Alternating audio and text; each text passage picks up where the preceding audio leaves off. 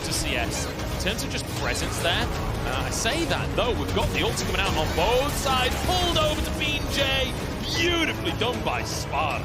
CFO are not out of it yet, Gemini. Oh, he missed the crop! He's onto the Baron, and the Baron! Artemis, the god of the hunt, using the animals to his will. In trouble, but finds a hook actually onto Sparda. They don't have much follow-up, though, and ShiauC's just the one to go down instead. Who needs Elder Dragon? They'll just throw their wallets at Team Wales. Welcome back, one and all, to the analyst desk here at Worlds 2023. So I'm still dealing with the Miss the Krugs call, whenever the heartbreak between Munchables and Dagda, where they're like, no! Munch was having a great time on the He cast. was, yeah, Yes, he was he having an is. absolutely awesome time. But Team Wales, they've been in this position before. They get stomped in game one. They come back, have a much better game two. A lot of it came from the top lane. Yes, I would say like it happened in the top side of the map, but for me it started with BeanJ, who at the very start, it was a scuttle fight. He gets an advantage over the Lee Sin, goes up top side, and a lot of it was just trying to protect Rest a little bit. He's being attacked here. Yeah, and I thought that Lee Sin did his job, but then they continued on with a dive. Yeah, Lee Sin's like, I'm covering, and then they just completely ignored Gemini. It's very easy, right? You know, BeanJ just picks up turret aggro. He's the one with the flash to be able to get out of dodge. Very nice play. It was a huge wave, too, that he ended up getting dove on. And at that point, you can see the Blitzcrank topside. He was like, okay, maybe I can help, but then he got kidnapped. So it's a bit of a trip that you have to go in. And he gets double kill. So you're like, oh, wait a minute. You take a step back and you're like, Blitzcrank actually gets 2 of those. Would have been nice if it was given to either the Lee Sin. But in the end, he turned the play. Yeah, honestly, like, that play was so funny because there's 4 players from CFO running up there, but they just tried to ignore it by dragging Rest down into the river. Like, it's not even a gank, you know? Sparda's just dragging the top laner into the jungle almost. Yes, and so one thing that I wanted to point out was this was the base where Blitzcrank went up topside to be able to help out that first time. Like, that was the second replay that we showed you, right? So this is when he got 2 kills. The sad part about this was Kai'Sa didn't get the full wave crash in. And so it turned into a freeze a bit, even though overall it was like a 7 CS deficit, it turns into a 15 CS deficit.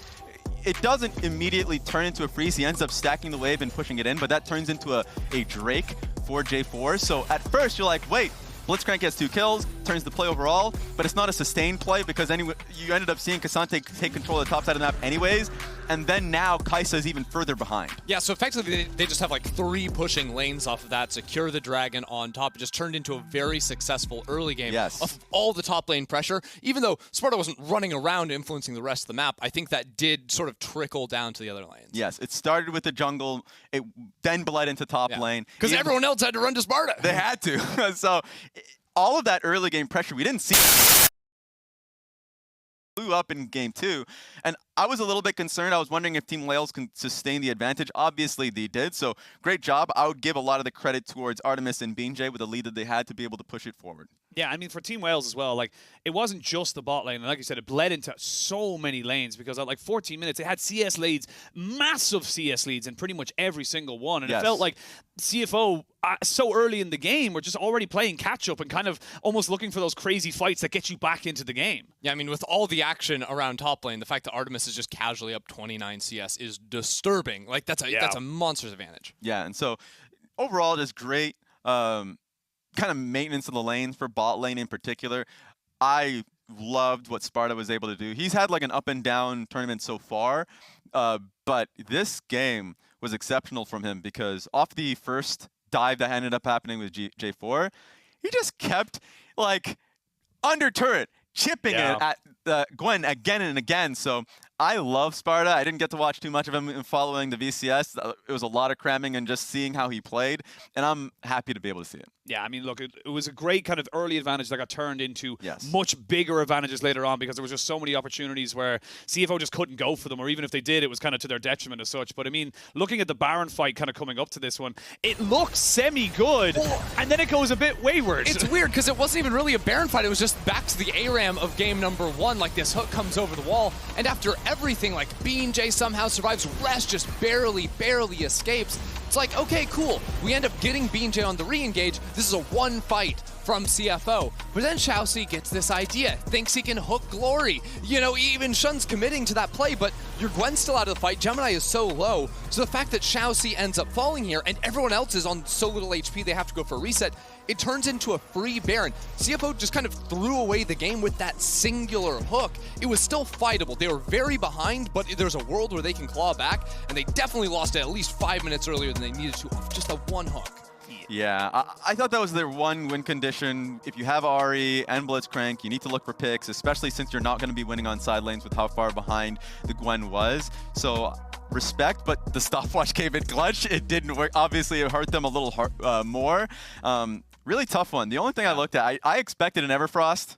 We got a crown on the Blitzcrank. Yeah, on the Blitzcrank. Yeah, so I was like, okay. That one maybe cooked a little too much on that one there. But I mean, like you said, like the hook that kind of led them to the Baron and stuff like that. But the Baron power play then afterwards, like just in terms of like how much better they use it than like, you know, some other teams. Oh, okay, hold your horses on that one, because this team was dreadful with their Barons yesterday against BDS. Like they would get the Baron and then they sort of played it slow. BDS maybe found a way to get a pick. So they were the worst of all teams in play-ins in terms of utilizing that Baron to secure a lead. Today, a completely different story. They used that first Baron, whereas in the BDS games, they needed 2 or 3 to do damage to the base. This first Baron, they blitz through the base, take 2 inhibs, just end the game straight up off of the one play. It was a very big change, and I think a lot of it came down to BeanJ on the Jarvan because they were so much more decisive with forcing 5v5 team fights once they had that objective. 1000%. It's night and day from game 1 and game 2, quite honestly. It didn't feel like they could really pressure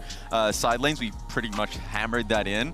Of course, they were the ones that was behind, so I think they kind of struggled playing from behind. Thankfully, they had a monumental lead in just the lanes that they were playing as is. We didn't really say too much about Glory in particular, but he was also pretty monstrous this game. So I agree, if we can get multiple points in engage, simply because that seems to be the way they want to play it, J4, Nico, things like that, great. That's honestly the best way for Team Wales to win this series. Yeah, I don't want to see the sort of how they won against BDS almost yesterday, where it was BDS don't do anything, we don't either, and eventually we're going to mount a huge lead to actually secure a win. Yeah, I mean, look, for Team Wales, they've been in this situation before. They've proven now kind of time and time again that first match doesn't really matter for them. They kind of get there, they're slow to start, but once they get the gears going, they are very good at picking up that pace. And for CFO, it does feel like they're going to have to try and pull something out of the bag. You got to come at this with slightly different if you want to try and get this victory. Yeah, one thing that I'll make a mention of, as we can see, I think it was blue side now being picked up by CFO. Zyricon has been taking over. A lot of our first 2 days was a focus on how strong Kalista is if she can get out of lane scot-free. At least in this series, she's been struggling a little bit. In the early laning phase, it was a back and forth, and even though the hook in the early laning phase from Blitzcrank really made it difficult for Bia to breathe, it still was difficult for Kalista to walk up to the wave. So maybe that's going to be something that Flying Oysters take away from them with an early Xayah pick, because that was the first pick in the last game. Yeah, well, we'll have to wait and see. We're going to send it back over to Dagda and Munchables to round out the games. Well, it's starting to get a little bit salty here in the Battle of the Ocean. I'm Munch, I'm joined by Dagda as we head towards game number 3 between the Oysters and the Whales, as it were. And I've got to say, I've been impressed by both teams in the different games, but I feel like the second game, CFO, left a lot to be desired there. The first game, I feel like, was a little bit more evenly matched. CFO, like you said before the draft, or just after the draft in game 2, like that draft, they had to win straight away or they were going to lose straight away. And unfortunately, it was the latter. I mean, especially as Sparda got that massive lead on the Xanthi on the top side. So here's to see how the draft is going to differ now coming into this. The Blanc and Viego still coming through his bans.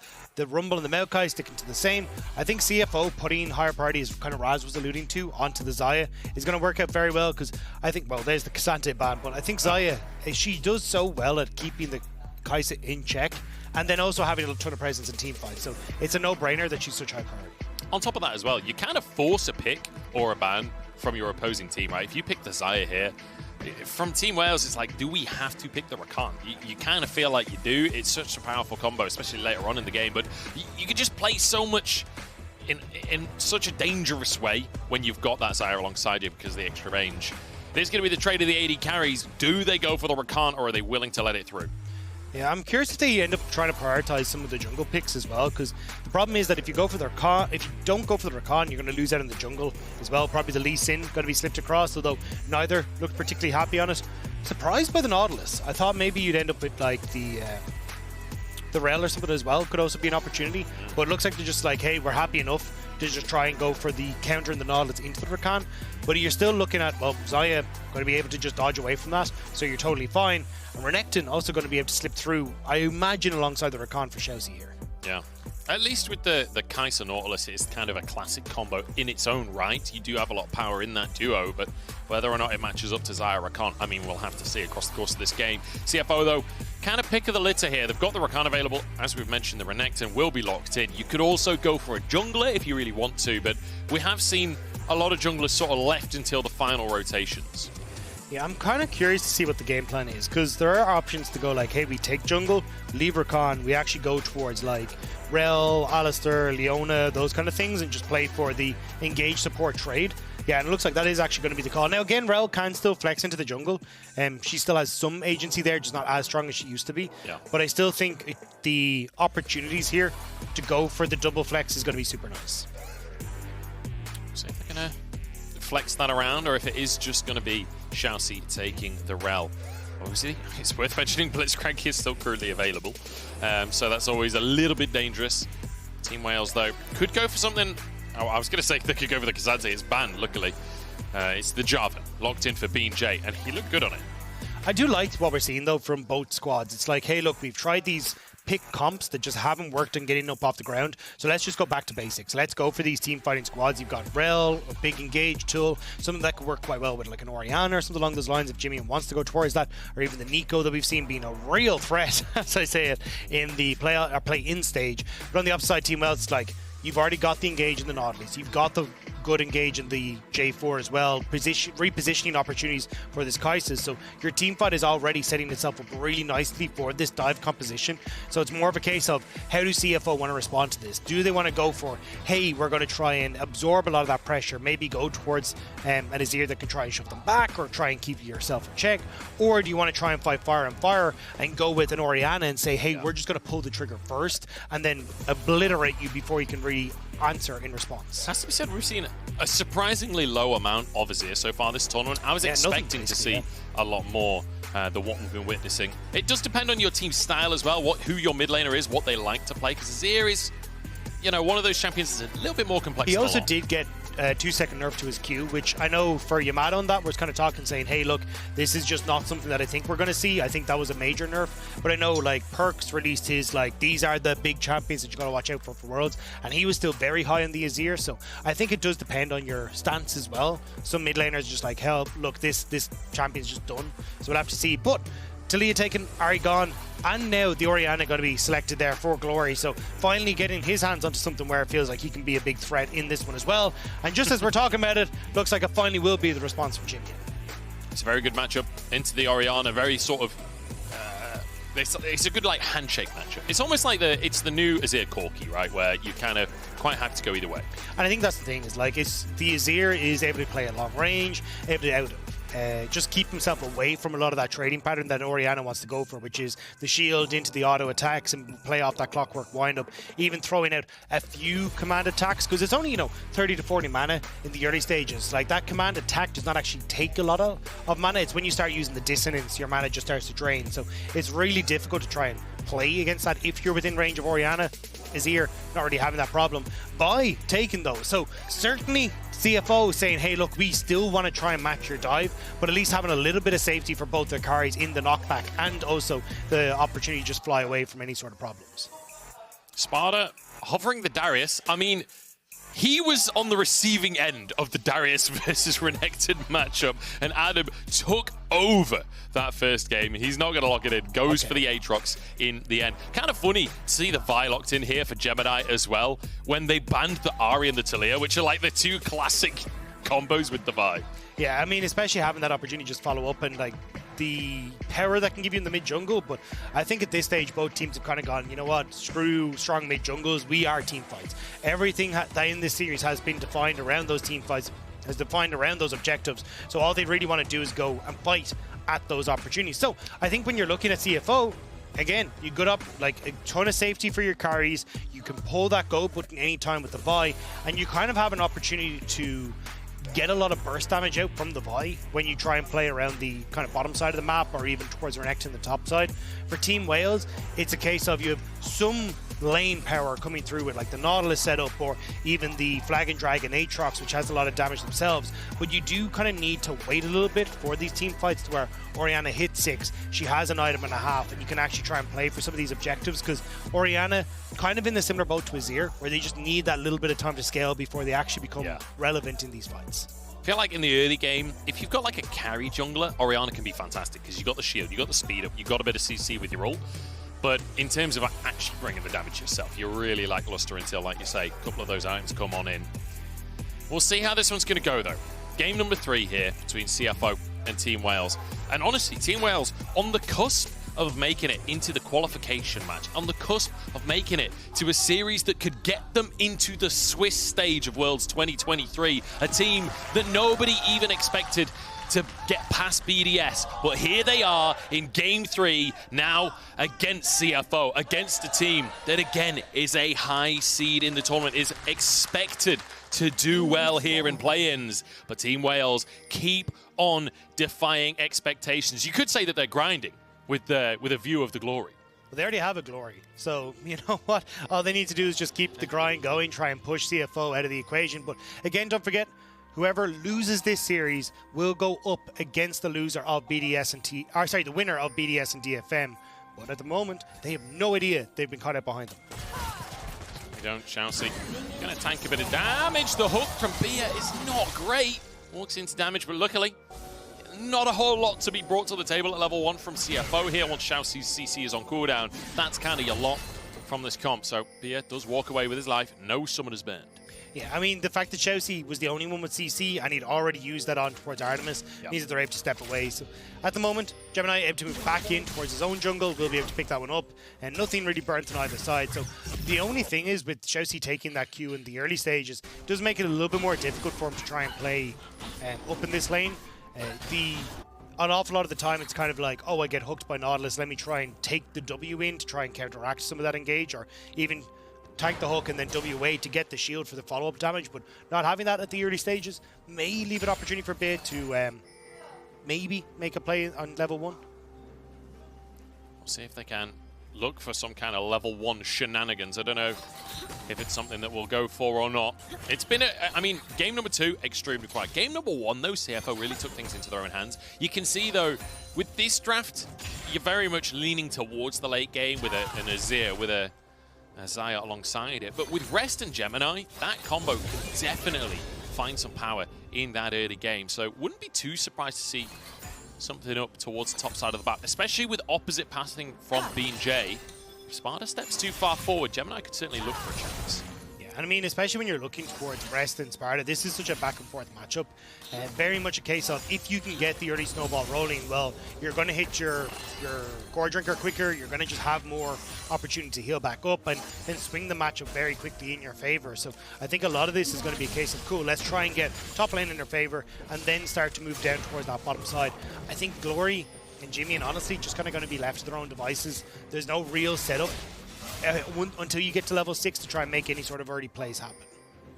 That said, Glory could be in a little bit of trouble here. Gemini on the top side of the lane, ShiauC on the bottom side of the lane. Flash immediately, but it's followed by 19 flashes on the other side. Gemini with first blood. So close, Glory, being able to step that one back, but ShiauC just barely able to get into range with the Q to get that kill. Nicely done by CFO, and as I said, I thought they would just kind of leave this mid lane to their own devices, but they really want to try and get JimieN into a good spot here.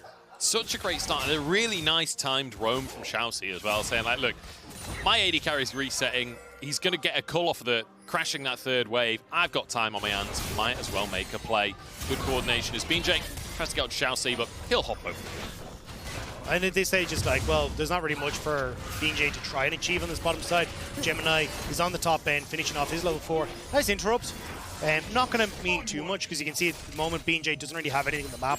It's just his top side that's just going to be spawning in just about 30 seconds, so he'll be able to get back towards that big wave crashing on this bottom side, because Shunn and ShiauC should be able to pick up. You know, cancelling the reset doesn't mean a lot in the grand scheme of the game, but it does in terms of the mental warfare. Just trying to tilt them just a little bit. Rest, get some damage down onto Sparda. Gemini moves in. He knows that the Tri-Brush is warded. Wants to try and get cheeky with it, but has been spotted, and will just continue to finish off that reset. In the meantime, BeanJ is in that top side as well. Yeah, BA trying to turn around that play earlier. Now, JimieN, I'm not sure how much mana he has. I don't know if he should just have enough for WE over the wall. Yeah, actually popped a cookie there as well to make sure that he can walk away. Really wanted to stick her out. He's just hammering autos out from Bia there, just taking damage. Yeah, I think he was like, can I just get away with this? Because if you don't have to use the E is such a massive amount of your mana pool in the early stages for the Azir, so trying to see if you can get away with it and be a bit cheeky, but has to use it in the end regardless. So resets, TPs back into lane. The big thing that I want to point out though is that on the initial play that we had in mid lane, it was ShiauC and Glory who burnt the flash. Gemini still has his up and available. So if I'm looking at like a level 6 that's about to be hit off this next wave that's coming into mid lane, I'm thinking Gemini, like just going towards mid, you have the flash onto Glory, have the follow-up coming through from JimieN, and you've got a nice little setup there. We can try and continue to punish Glory in that mid lane. Yeah, I mean, the fact that they managed to get the kill is a bonus, but the fact that it was ShiauC's flash to guarantee this kill, instead of it having to be Gemini flashing, does mean, like you say, they can repunish this, they can revisit. Like a great little sort of sequenced play there from CFO. Like you say, I'd love to see it again. And this is where, now, they won't be able to do it off of this wave just because you can see the wave has crashed. So you're just going to be waiting a little bit as these waves kind of push themselves back out into favor of CFO. But where Gemini's position on the map at the moment, see BeanJ is like very nervous about what this Vi is going to be up to. Wants to be in position to counteract it. He believes Gemini's gone bot. Might be correct. It's good hook. Shunn here trying to block for his support as the feathers come back in, but ShiauC's gone already. It's a kill going over to be a great little combo. 2 successful ganks now, 1 on each side. And I'm surprised that ended up working because you can see the vision that's in position there for CFO. They've already got the one ward here, they got just there, they got a second one that's just in the back of that as well. So you've actually got a good amount of vision to spot out where BeanJ is, but end up giving over the kill anyway. Great stuff coming out. Team Wales finding a chance to punish, and putting Shunn behind early would certainly be valuable. He's still going to survive. Luckily for them, it was ShiauC that went down, so doesn't fall behind on CS, does manage to, in fact, stay exactly even in CS, but has that call, so ever so slight minor advantage in the bottom lane for Shunn in terms of the CSing, but obviously the assist for Artemis there. So decent start from both teams. Let's talk big picture then. Let's talk next few minutes of the game, because I do feel like, you know, with the mid laners we've got, with the AD carries we've got, we're anticipating a fairly slow one, but when it comes to the junglers and solo laners, there's more space for action. We just get a quick replay here. ShiauC getting caught out, had to burn the W on the flag and drag, had no flash from that earlier play in mid. And you can see Gemini was hovering around bot side, but just wasn't quick enough to get to that bottom lane. But as you say, I think solo lane's now starting to be the target of attack. As Rift Herald up in 25 seconds, he is hovering in towards bot side river. Didn't spot ShiauC, as ShiauC's hiding in this brush, but again, I think it's kind of a case of I want to try and cover on this mid lane push for JimieN, make sure he doesn't burn a flash or anything before this Rift Herald spawns. I will say, decent vision coverage for CFO. A couple of wards in the river around Herald, 1 over towards the chickens as well, but not much deep vision, and 0 vision whatsoever from Team Wales. So Gemini going to be happy to start this one off as Artemis has swapped up towards this top side. Shunn still in the bottom lane here. Looks like he's not going to go for plates though. He's going to make a beeline now across the map. You've already got a ton of priority here. Artemis is going to be here quick. BeanJ has level 6, trying to see if he can set this one up. JimieN's still in the mid lane as ShiauC flashes out and then jumps back into the Cataclysm, but he's low on HP himself. That's BeanJ down. ShiauC traded. It's Bia in the middle of everyone, but everybody stacking up. Shunn's finally arrived, but it's too little too late. Gemini's gone down already, and Sparda happy to tank up for his team. The Aatrox charging forwards, but Shunn in the meantime is getting damaged down, and JimieN protects his top laner. We reset for a second, but it's 2 for 1. The fact that you end up with Gemini going down late means that BeanJ going to be out here faster. They should be able to turn this over, but again, Shunn, little bit too late to the party. Artemis had already been in a position to try and follow that one up, so he's perfectly fine to set up the fight with the numbers advantage for Team Wales. Hook comes in, it's onto the mid lane, but the W hit a minion. So there's no follow-up there from Artemis. He didn't have his ultimate, but the damage alone might have been enough. JimieN walks out with his life, and this will be a singular plate to Shunn if he can just get 1 or 2 in. Yeah, it looks like Team Wells, though, not actually... I thought they were just going to start Rift Herald to take it as the 4-man squad. Knowing Gemini would be late, BeanJ comes in, they smite it, all is well and good. You get to cover the mid play, and then you'll be in a position to follow up, but not actually going for it. And now, with Artemis going low in the mid lane and having to reset thanks to Shunn and JimieN, it's actually going to be CFO who pick up that Rift Herald on the top side.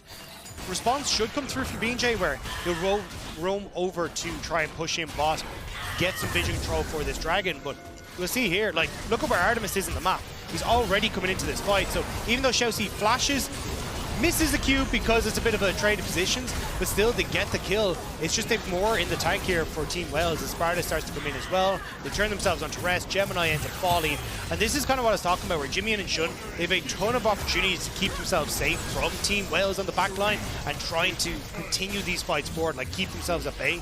But unfortunately, there's just not enough damage at the moment from the Azir or from the Xayah to try and carry that one back. And it feels like there's a little disjointed from CFO, right? The fact that Shunn's not there yet, JimieN's not there yet, and you're already starting to fight, it's not ideal from their side. Just put them a dramatic gold lead of 200 for Team Wales at this point.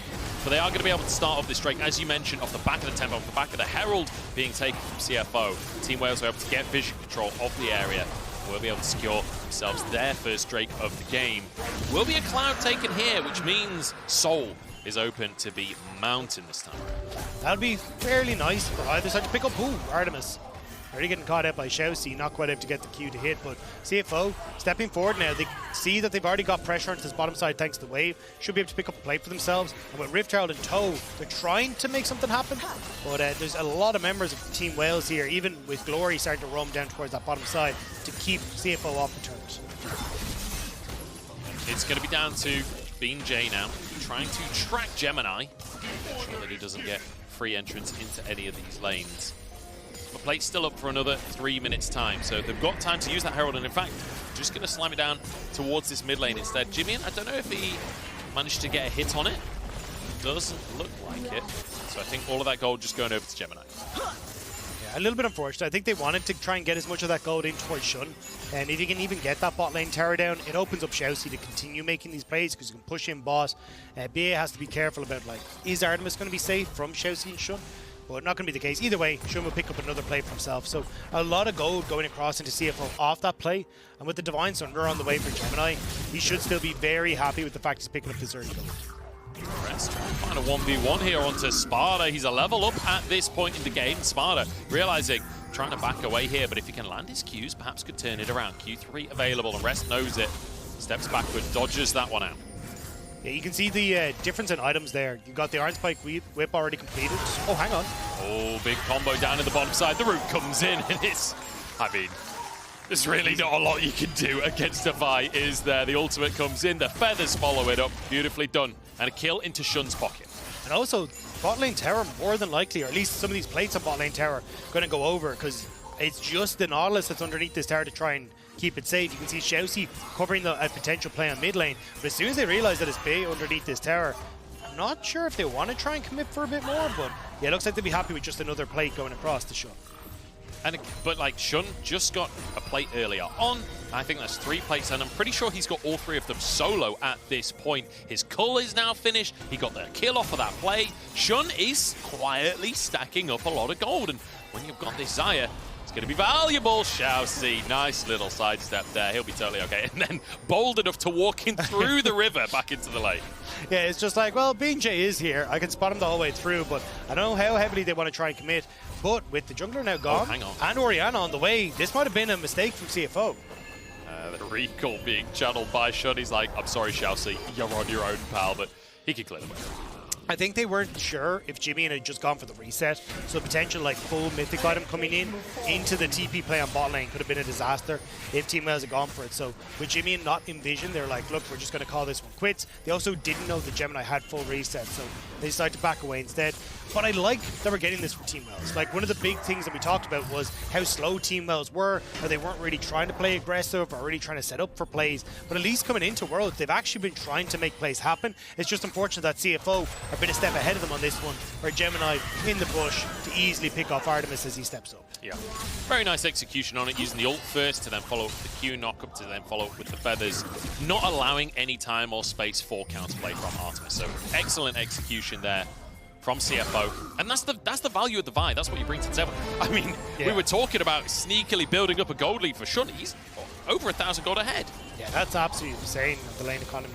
But we're going to have to see if he can try and push that one forward. I think Shunn definitely in position. I believe he's finished his Kraken Slayer now completed, so should be in a position where he actually is a major threat even to people like BeanJ as well.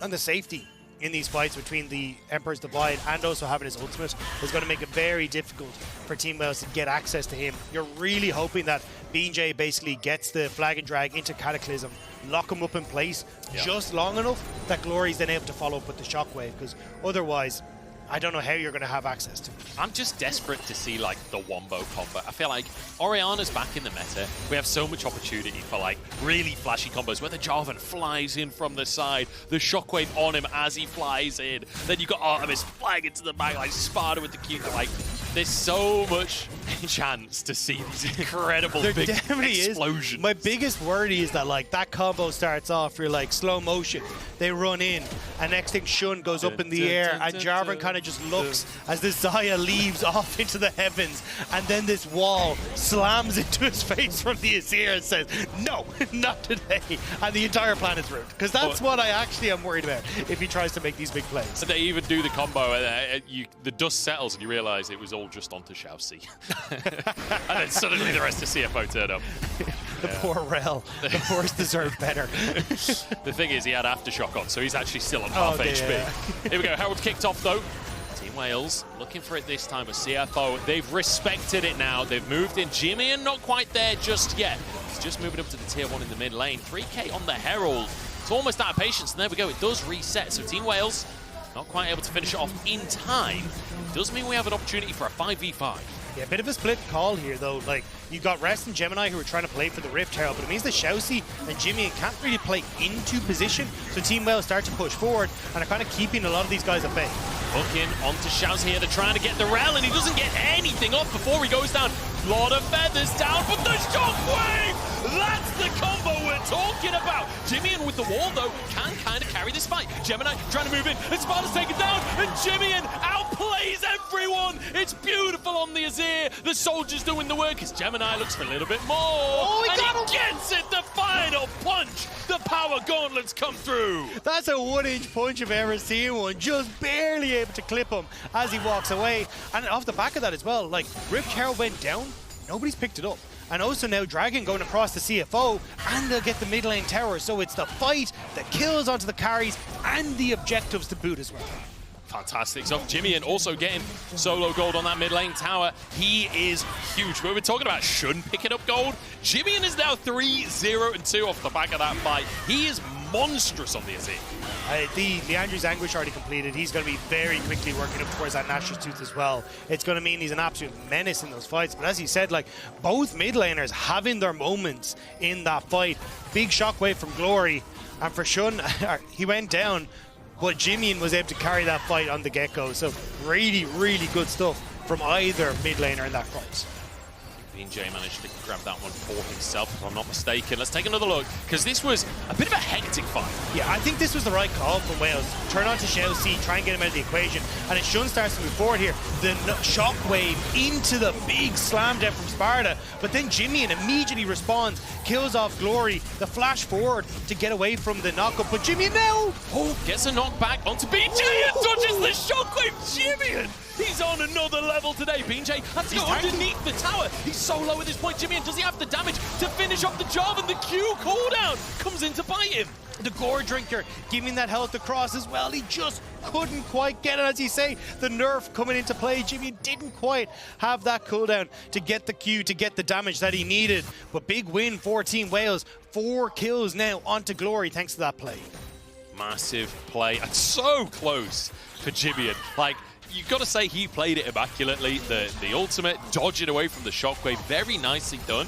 But unfortunately not quite enough to keep himself alive. We're now 7-7 on the scoreboard, and we got a bit of a bagger on our hands, Dagda. And you can see here, right, Jimmy, this is what we're talking about, as BeanJ goes in, great wall, and as the shockwave goes off, he dodges away. He wants to clear out the minions, and has to move forward out of range to keep the minions out of range of the tower, but it means that when BeanJ goes for the ultimate, he actually is just barely outside of the range, and can't get BeanJ underneath the tower to finish him off. So, Gnash's Tooth, though, now completed for JimieN. Also, look at Glory's build. He's just finished off that Archangel staff, or not the Archangel staff, the tier... Seraph's Embrace. Seraph's Embrace, thank you. Where he's now in a position where he's actually going to be terrifying on those 3 items. Like going for that full damage build that takes a little bit longer to come online, but because he's got those 4 kills, he's actually able to go for it. And you can see in our win probability powered by AWS that, like, even though Glory is starting to get strong in his own right, like the Xayah and the Azir having these items being strong in their own right lends a lot of power towards CFO. Having that extra Drake, having a 3k gold lead overall,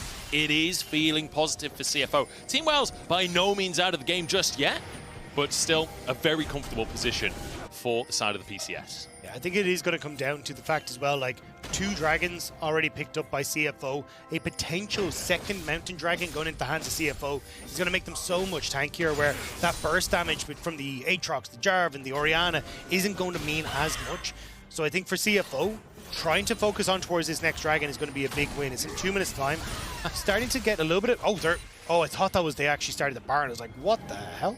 I'm just amazed that in total gold, Shunn, JimieN, and Glory are almost exactly even. 3 carries at the top of the game. It's not often you see that. Shunn could be in trouble. Doesn't get the pullback on his feathers, but manages to walk away from Sparda. He's okay. Like you say, Baron on the map. Team Wales know about it, trying to clear some vision. But I like what Team Wales are going for. Hey, can we get a ult burn? Can't we get a flash? Can we get something burnt onto Shunn to make it that bit easier to focus him in a team fight? Because already JimieN with the wall, having a flash, even the opportunity to just swoop himself out of there makes it very difficult to lock him down. Couldn't quite get it, but I like that Team Wales are being proactive, because this is very different from what we saw from them yesterday. Like, they kind of just sat back and let the game happen around them. This time they're like, hey, how do we try and get into the fight? How can we try and find little advantages that we can push forward? That's the nice thing, is it does feel like we're witnessing Team Wales improving across the course of these 2 series. And the fact that they get 6 games of stage experience, especially when, you know, we've been talking about earlier, Artemis being a rookie, every single game is so valuable for this team. Sparda doing his combo in the wrong direction. I think he was just trying to get ready for Q3 there, but won't be able to find the crab for himself. But Team Wales, it does feel like they're improving. It does feel like they're getting better on the team. And ultimately, this is still a very even game. They're still on the cusp of making it to that qualification series, to potentially getting into the Swiss stage of Worlds. Yeah, which would be absolutely incredible. Honestly, for both these sides, again, CFO looking to join their PCS brethren as the #1 seed from either group, a statement to be made by the PCS region. But for Team Wales, first time at the international stage, VCS #2 representative, potentially picking up the 2nd ever best of series win for the #2 in the VCS. Absolutely incredible. Do you know what's just dawned on me?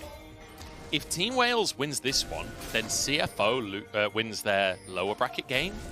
We get CFO versus PSG for one of our qualification games. We get a rematch of the PCS finals. That went to 5 games as well, but may not get that chance as Team Wales. Stepping forward, taking a burn.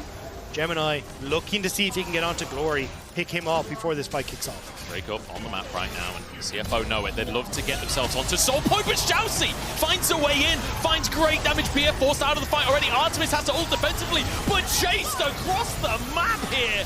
Problem is, they don't have the damage to follow it up. It's 1-for-1 so far. Rest wants a little bit more of it.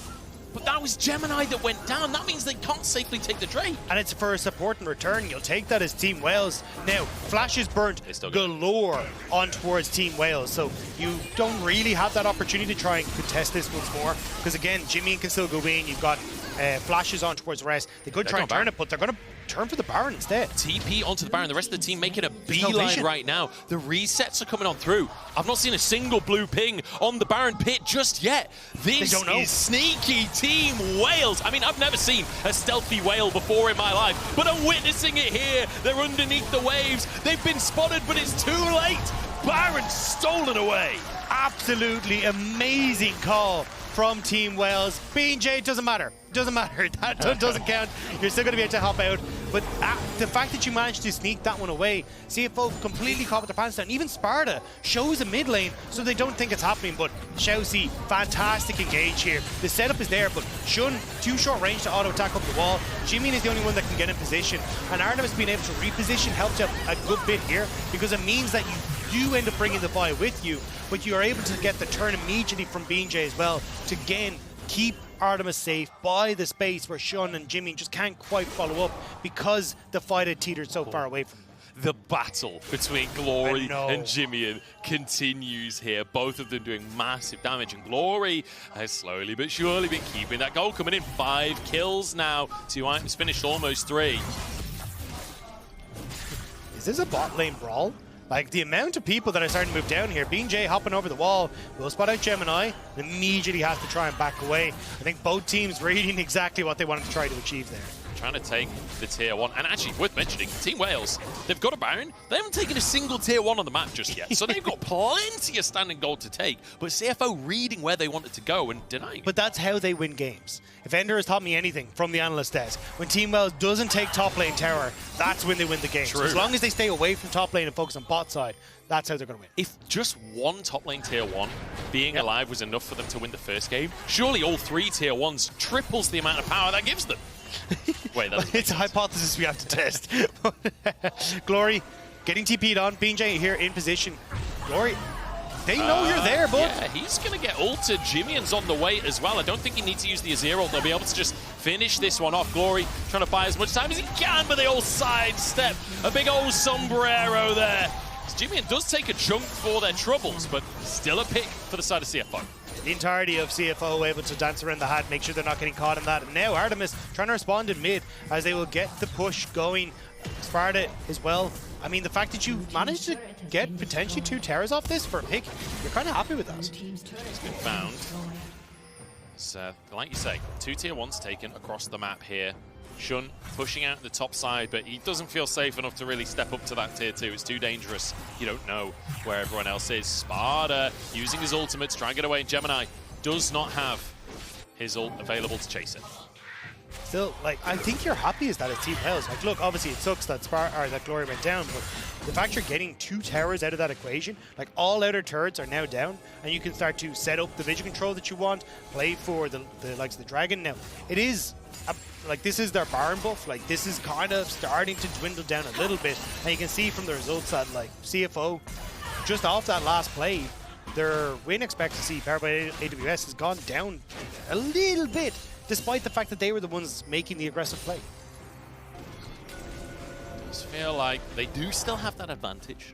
It's not mince our words, but like you say, it's incremental, and that's what Team Wales need at this point. Yeah, I think the big one that I need to see now is for CFO to go, right, this is our Dragon. Minute time, we need to start getting control of the map. Already you can see Gemini and Shunn stepping up together. They're aware that they need to try and get control over this mid lane, but eventually they have to try and draft that vision in towards the bottom side of the map. Get deep vision so that they can spot out where Glory is, where BeanJ is. Give the opportunity for them to set up a front 2 back. That means that JimieN is safe, Shunn is safe, and there's no real issues. Because at the moment, their vision is so shallow. Like, they barely have it in River. And it means that it's very easy for BeanJ to hover on pinks like this. And if Shunn steps up, they blow his flash, they blow his ultimate, and then now you're in a position where Bay can then follow up with his ultimate. Target Shunn, set up for that dive potential that Team Wales have. Just going to clear the way. I was watching BeanJ to see if he'd try and make anything happen, but Drake up in 30 seconds. And Team Wales, they know how important this is. You can see they've got good vision control, river control, and fighting for priority in the mid lane. It's tougher with the Azir Sundisc there to block them a little bit further. Rest fighting for prio 2. CFO, they would love to get in here and contest the Drake, but it's difficult to move in. That said, ShiauC disagrees. Everybody dives into the back line as Shunn trying to get the damage down, but they've gone too deep. The rest of the team couldn't follow. Sparda zoning everyone, and now Rest is alone on the front line. That's one, though, making it 3v4. Rest turns golden as the feathers come down. Rest escapes with his life, and Sparda has to flee as well. Somehow, CFO with only 3 keeping alive. BeanJ is a goddamn hero. He goes in with the Cataclysm the second ShiauC goes from the engage. So ShiauC, Gemini, everyone dives forward, and he locks JimieN in place. He locks Rest in place and denies CFO the opportunity to follow up on ShiauC's engage. That play from BeanJ may have just held on to the game for them. Watch it here.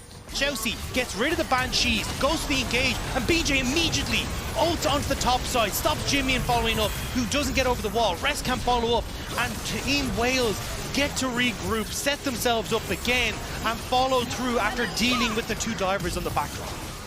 Phenomenal. Shunn doing a really good job of stopping the then follow-up from Team Wales. If he doesn't ult there, if he doesn't have those feathers available to threaten, that could have gone disastrously wrong. I will just quickly point out 3 items on both mid laners. Glory going slightly more defensive and has that needlessly large rod on top, whereas JimieN, he's got pure damage and has a stopwatch. Baron coming up onto the map in 10 seconds time.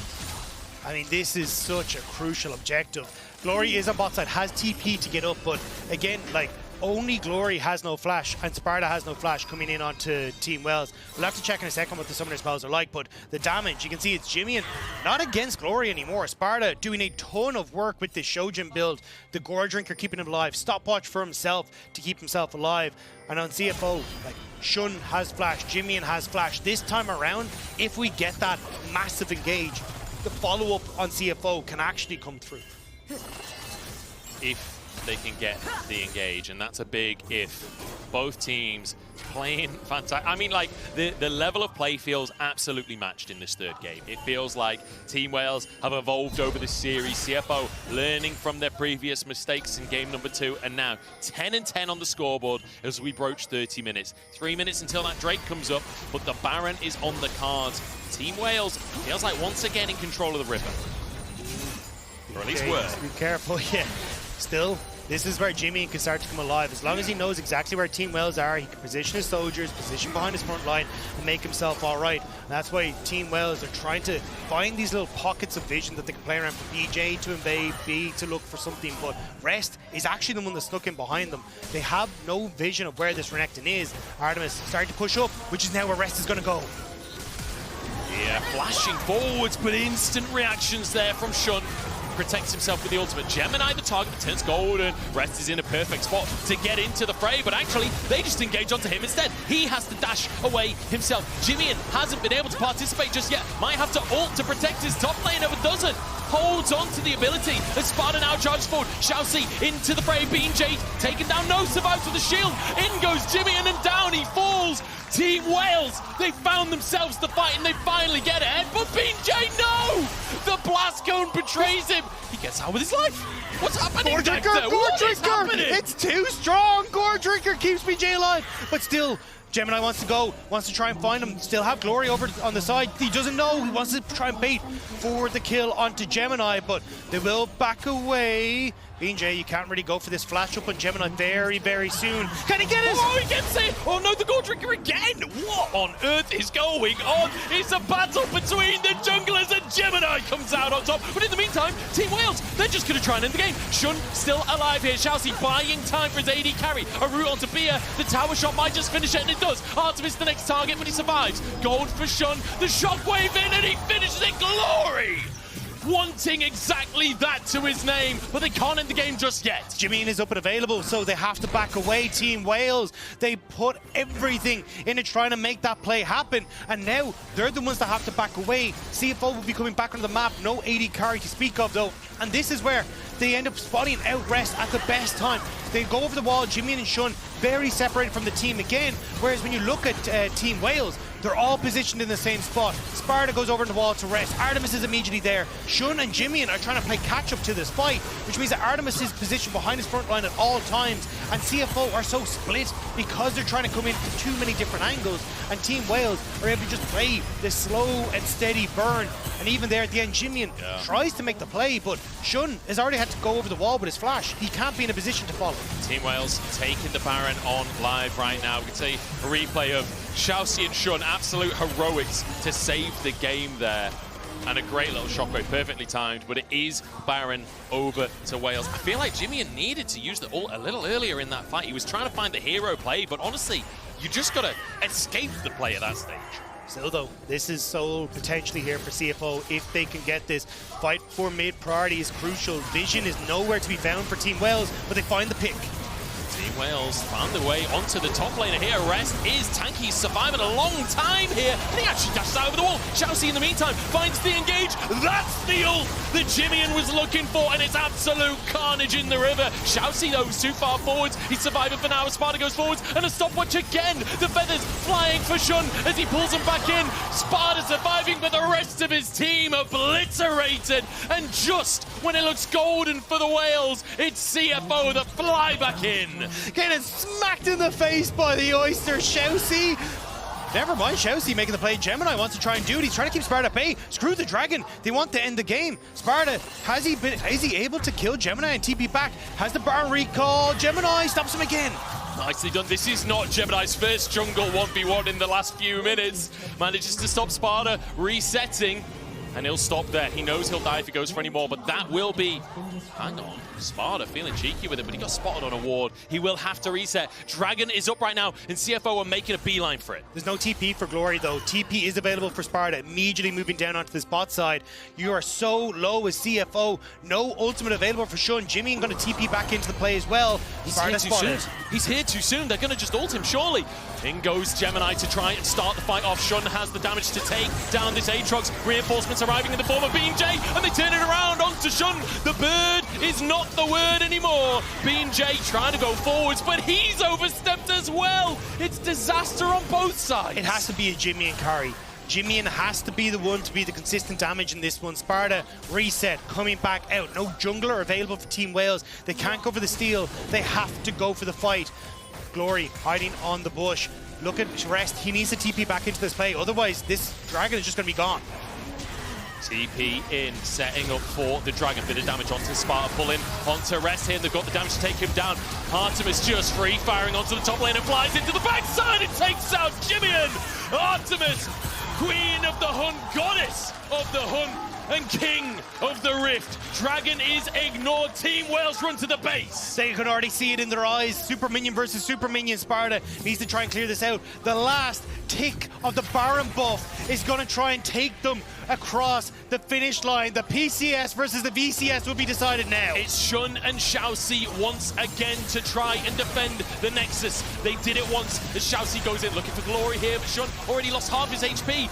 ShiauC's gone down this time, no stopwatch to save him. The feathers, they're not going to be enough. BS steps forward, he's happy to sacrifice himself. Glory steps on up, but the rest of the team, they're taking down the Nexus. Shunn wants it, he's desperate for it, but he's denied. Team Wales, ever the underdog and ever outdoing expectations. Team Wales will never be denied. The history of yesterday will repeat itself. Lose game 1, come alive in game 2, and a hard-fought game 3 will see the VCS second seed take the first seed of Group B. You can see the joy in their hearts with that big team hug right there. They must be over the moon right now. And honestly, for VCS fans everywhere, they've got to be cheering at home, because after GAM had their first series, it looked a little dicey for the VCS, but Team Wales outdoing expectations. I mean, doing so well domestically, but they're making it to the Worlds, making such a statement here, and making it to the qualification match. Yeah, I mean, so many people doubted them coming into this, but at Team Wales, it has been such a hard-fought opportunity for them to get here. 22 games played in their playoffs alone to get themselves here. Their last 3 series in the VCS were 5 games every single step of the way to then stumble at the last hurdle against GAM. But now when they get to the international stage for the first time for this organization, they are showing up massively. ShiauC not happy with that one. Can't blame him. And I have to say, there's one part of me that's just a little bit happy that CFO got into the lower bracket, because it keeps the dream of the PCS Finals rematch alive. That's still very possible. But our Oppo player of the series is going to be BeanJ. So many incredible opportunities set up by this player. 100%. There was these opportunities where it could have gone CFO's way, but even the mechanics that he had in the Lee Sin, like this play was disgusting. Like the safeguard to B to then follow up on the Q to get the flash kick onto Shunn to what looked like a CFO done and dusted game. BeanJ's able to turn around with some incredible mechanics. The decision making on the Jarvan in this game as well, where some of these engages gone awry from to then have that turnaround. Like BeanJ was making it happen when it mattered most. And that cannot be understated for Team Wales here today. It really can't. Some great smites as well. I mean, this one where BeanJ literally just playing to stop them recalling, playing to keep them in. We were so confused while this was playing live. Then you see them moving on the minimap. You see them moving into the base. And BeanJ sacrifices his life for this play. Yeah, I mean, it ended up working out. It does go down, but it cracks open the base. It sets up then for the next play when Team Wales are able to take that final fight at the Dragon Soul and turn this game around. Phenomenal stuff from Team Wales. And I mean, such a massive win for the region as well. When they've been denied so often their opportunities to play at these international events, now stepping up so big, it's incredible to see. And I just love that it's off of these massive team fights. It's a great sign for the meta when it comes to the rest of the world. So we're going to have a lot of big games. But that's it here from the caster desk for today. I've been Munch, this has been Dagda. It's time to send it over to our wonderful analysts to break it all down in our world's cooldown. Thank you so much, Munchables. Wonderful analyst test. That's lovely. You know, it's almost as nice as winning a best of 3 when you lose the first game. Team Wales building a bit of a habit on this particular one. Not quite sure how I was going to connect that one there, to be honest with you. Nailed it. Absolutely seamless. But, I mean, it does feel like it's kind of becoming a formula for them now. They lose game 1, they download, and then it just becomes as easy as that from then onwards. You can never doubt this team. No. And I've been doubting them a lot. Yeah. So, yes, you have. I was like, okay, I mean, we'll see how this game works, because it feels like CFO, even within the third game, we're finding fights again and again. And I was like, okay, like even just looking at JimieN's team fighting was just so insane, being able to kite out of Aatrox's engages, and I was like, okay, it looks like CFO's going to take it. Just wasn't a possibility. Yeah, it just seemed like it was so hard for Shunn to actually hit targets in this game, especially because like whenever there was like a Rell flank going in or a Vi dive, like those two champions are going in so deep, and then there's no one really to protect Shunn, so he has to sit back, can't really follow up on all the engage. I think if anything, that was when the fights went the most poorly for CFO, was when they were the ones trying to engage, whereas there were a few fights, right, with the wonderful Azir movement or the ultimate or disengage from the Xayah, where CFO looked really strong, and that's because they were letting Team Wales come to them. Yeah, it was a constant back and forth. We didn't like the Vi necessarily, especially with... Yo, if that was a Kindred, all I'm saying is CFO unlosable. Yeah. and so for me, I thought BeanJ's biggest success throughout this game in particular was anytime Vi was going straight in and being followed up by ShiauC, the engage was stifled, mostly because it was a Cataclysm and then EQ out. He was isolating the Renekton and the rest of the team, so they couldn't follow up. And you mentioned how the AD carry wasn't able to actually follow up in any of these fights because Vi was getting deleted before he could reach him. So even though it was back and forth, this was happening fairly consistently. So Gemini had a great early game, but overall, it felt like Jarvan was just far more impactful. 100%. I think especially like scaling into the later stage of the game, just like even like there were some cataclysms that just kept Shunn or JimieN away from the team, so they still couldn't get autos down when that counter dive was going in. Oh my lord! That's gross. Let him have it. Let him have it. Yo, Team Wales, a little bit of a show here. I love it. Proving that Wales better than Oyster. Yeah, those are killer whales. Those are killer whales right there, 100%. They got the Orca blood in them. But, I mean, like, I love that you make that kind of point as well about kind of, you know, Gemini and ShiauC going in and not having the rest of their team be able to follow up. Because we had a couple of times we were going, what are they doing? And then we'd look at the replay and go, wait, hang on. There was literally nothing their team could have done because the Cataclysm and all the effort, kind of like CCing that was coming down, they just couldn't follow them. It was really, really tough for them. And yet, it seemed like there was an angle at the very end, right, where the inhibitor goes down, CFO get back onto the map with a good couple of kills, but then they go for the pick onto the Aatrox in bot lane as opposed to the Dragon Soul. Yeah. And then it gets all turned around on them because their Xayah doesn't have any cooldowns. The ultimate, the flash, nothing was up. That was ultimately the straw that broke the camel's back, or the Oysters back. Do Oysters have backs? No. The straw I'm not gonna that lie. I don't think stole they're the vertebraes. pearl. I think they're invertebrates. I don't think they have any spines. I mean, they were really tunneled on the fights, which made the series a lot of fun. I'll take it, right? Sure. As a fan, it made this so much. And a lot of it comes down to familiarity, because even ShiauC at the beginning of the series did talk about how they were scrim partners. So I was like, okay, if you have a lot of familiarity with the enemy team, a lot of the times it gets a lot more bloodier, a lot more comfortable with knowing the tendencies of your opponents. So that bled into what was, okay, screw side lanes, screw the dragon, I see a hero, I'm going to kill him. I mean, that's what we came here to see. That's what we came here to have. But obviously, we can have a quick look at the bracket just before, because we do have confirmation of our 2 winning teams heading themselves over to that best of 5. And there you go. PSG and Team Wales, they're in the upper bracket. They're sitting pretty. They're waiting until Sunday. Yeah, very nicely done on their side. Of course, this makes the whole, what is it, the transitive property a whole lot more confusing. It's like Team Wales now also beats PSG. So how does PSG stack up against BDS? The ultimate questions that everyone... PSG, that's not it. CFO. There you go. I was going to say, yeah, we're getting a lot of different names there. But I also want to say that rip to everyone's pick'ems for everyone picking BDS and PSG. Yeah. 07 pick'ems, I am honestly. one of them, because it is most likely PSG versus BDS in that qualification match. Yeah, and calling back to what Munchable said, I'd be pretty excited to see a finals rematch from the PCS. That would be exciting to see. So there's a lot that can come into play.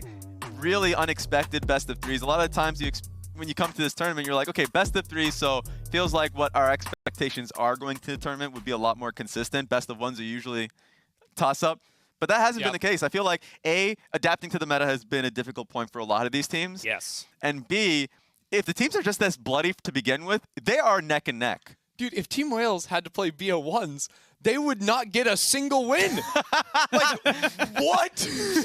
There's a real Thank God for possibility. BO3. Yeah, I was going to say, there is definitely a possibility. But earlier today, PSG locked first seed out of Group A, and we had the opportunity to talk to Junja in the Verizon post-game interview.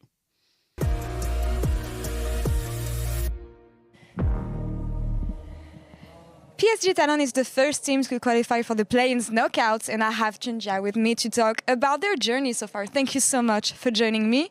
You guys won everything so far at play-ins. How do you reflect on the run, and what do you think you guys could improve? 你们是第一支确定晋级最后一天淘汰赛的队伍，那你们目前是一场都没有输掉。你觉得你们目前的这个整个状况怎么样？那你觉得还有什么地方可以改善的？我觉得10分的话，现在大概是6分吧，因为我们整体的运营上可能还有很多东西需要改进。I think currently we are 6 out of 10. In my opinion, there's still a lot of things, especially in macro, that we can improve. All right, we'll see that in the next game then. But I want to follow up on something that your mid laner said last time. Ahead of the first game, we've talked about how you play, your play style, and how you guys match together. And he said he's a bit too aggressive, so I told him to calm down and take things slow. What do you have to say about this? 上一次访问 Maple 的时候，他有说到，就是你第一场打完的时候好像很紧张。然后他有叫你冷静一下，那个时候到底确切发生了什么事情？实际上来说，应该是打之前的时候，就是他看我有些手抖，然后叫我不要那么紧张。但是其实我是身体是还好，但是可能心理上是有一点小担心。I think actually it was before we went on stage. Maple saw my hand was shaking.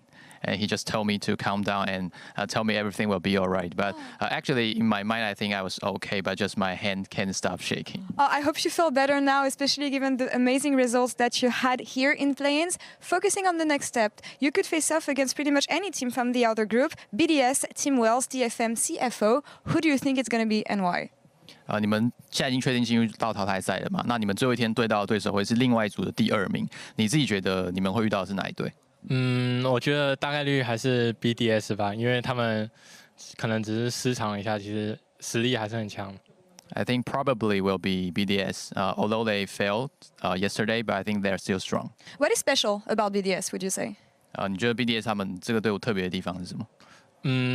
就是前期的游戏内容就是节奏很乱吧，就是I think they like to play very aggressive and try to put on some unexpected move, and that will bring the game into chaos. Should be an aggressive matchup indeed. We'll see if this one can happen. Junja, 谢谢. Thank you so much for the interview. Nash, thank you so much for the translation. Thank you. And back to you guys. of confidence there coming in saying, like, look, we respect BDS. We expect them to be the guys in the finals. They're an aggressive team, so hopefully they can bounce back. Yeah, and I also just love the continuation of that story about, like, Maple telling him to calm down. He's saying how his hands were shaking before, like, his first game. And it's easy to kind of forget the fact that this is his first Worlds. Yeah. Like, sure, MSI was something that you would expect shake it off, but, like, a lot of our players, every player, their dream is to be on a world stage and to perform at this level. He's been with EDG as a trainee for a very long time, but he gets to be on this stage, even though he's a 2-time finals MVP for domestically. This is his opportunity to perform. So it's really nice to see that. The veteranship for Maple kind of calming him down, and it looks like he's been getting better and better throughout the tournament. So yeah, he really does. And honestly, I think for PSG, they've kind of a bit of a slow start, bit of a shaky one in their series a few days ago, but it does feel like a bit by bit, little by little, they are kind of growing into confidence and feeling a lot better about the whole tournament as a whole. Yeah, I mean, I think that team is definitely going to be making it through in my eyes. And I feel good. I feel good there. Yeah. I'm sorry, because you talked about BDS, and I'm just I'm a BDS doomer. I can't. I was gonna say, I was like, for BDS to win, then PSG would not have to win. Therefore, well, also like he's saying like they like chaos and all these things, and I just saw in the series versus Team Wales, it looked like apart from game one, they just liked chilling. Yeah. You know, like they played so passive. So I have faith in the fact that BDS can show the same way they like to play the game back in like Spring Split, where they were especially good back in the LEC. But I don't know. I'm very low confidence overall with whether or not they can actually push through. it'll definitely be hard to predict. I definitely failed at predicting the Worlds qualifying series. I was gonna say you did not predict them. That one was tough. So it really does go to ShiauC, because ShiauC to me was extremely creative in that first series that he had when they were in Lal Park, and now that he's in Worlds, that first series that they had at Worlds officially wasn't great. So I expect him to go back to what we saw in Worlds qualifying series, where the creativity that he had in his early clears were there. And also, like, I think they're a really well coached team generally with how they've been placing Vision. So I am more faithful, but that's because it got beaten into me. I was going to say, you had to have a little bit more faith, because your faith in Golden Guardians was very much beaten out of you. Like, I'm just nervous because EWIT play-ins is a bit of a sore spot, man. I don't want to set my expectations too high. It is what it is. You lose to Vietnam early. It happened at G2 historically. Someone's got to go kaboom. Someone has to go kaboom. Yep. That's just how it is. But tomorrow we do have R7 versus GAM and BDS versus DFN. They got to make it to that matchup against PSG before we can really kind of have the boomers and the doomers, if you will. But that does it for us here today. If you missed any of the action or are just waking up, it's totally understandable. The rebroadcast begins at an all-new time based on your feedback, starting at 12 p.m. PDT, 9 p.m. CEST, and all of our channels at lolesports.com. We'll be back for more Worlds play-ins tomorrow, and until then, take care.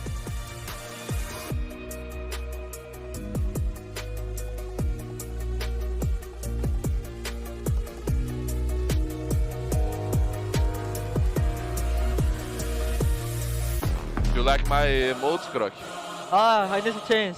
I need to get G2. G2? Yeah. Why? They like us. He's been kicked out of the fight. Maple is behind enemy lines right now. He's not level 4 after all. That's a pop blossom and a half. We can win, we can win. Flash on AD? Nice, we win. Bottom. 2 seconds by study. Nice. The stopwatch comes in Robo. In GA, Maple turns golden and the Cataclysm slams him into the ground. And it's all PSG all day long today. And I mean, it happened in game number 1. It's happening again. Judger has to retreat, and Tinones finds an ultimate onto Maple, but he's gone too deep. He's taken down, and Adja in the meantime finishes off ShiauC. Speaking of having the drop, it's Croc on the drop. Taken down, and the stun onto Root as well. No, flashes under the tower, but Maple's with him. Rooted under the tower, and he's gone. Flash is super valuable if we are playing for this dragon. As BeanJ, no! He's pulled in, he's CC'd up, there's no way out of that one. BF on the front line, BeanJ jumps in for the kick onto Shunn. It's gorgeous from the jungler with a double kill. That might open up the Baron. ShiauC is not too deep this time. Rest with a triple. No! The shockwave! What a combo! CFO, you've got to flee the play of fear. Gets the engagement. Who needs damage? I guess they're still somehow winning. Rest having no time for sleep. CFO are not out of it yet. Gemini. Oh, he missed the Krug! He's onto the Baron, and the Baron! Artemis, the god of the hunt, using the animals to his will. Before he goes down, lot of feathers down, but the shockwave! That's the combo we're talking about. JimieN with the wall, though, can kind of carry this fight. Gemini trying to move it, and Sparda's taken down. To get away from the knockup, but JimieN now! Oh, gets a knockback onto BeanJ and dodges the shockwave. JimieN setting up for the dragon, bit of damage onto Sparda, pulling onto rest here. They've got the damage to take him down. Artemis just free firing onto the top lane and flies into the backside. It takes out JimieN. Artemis, queen of the hunt goddess. Team Wales, ever the underdog and ever outdoing expectations. What's your play, God?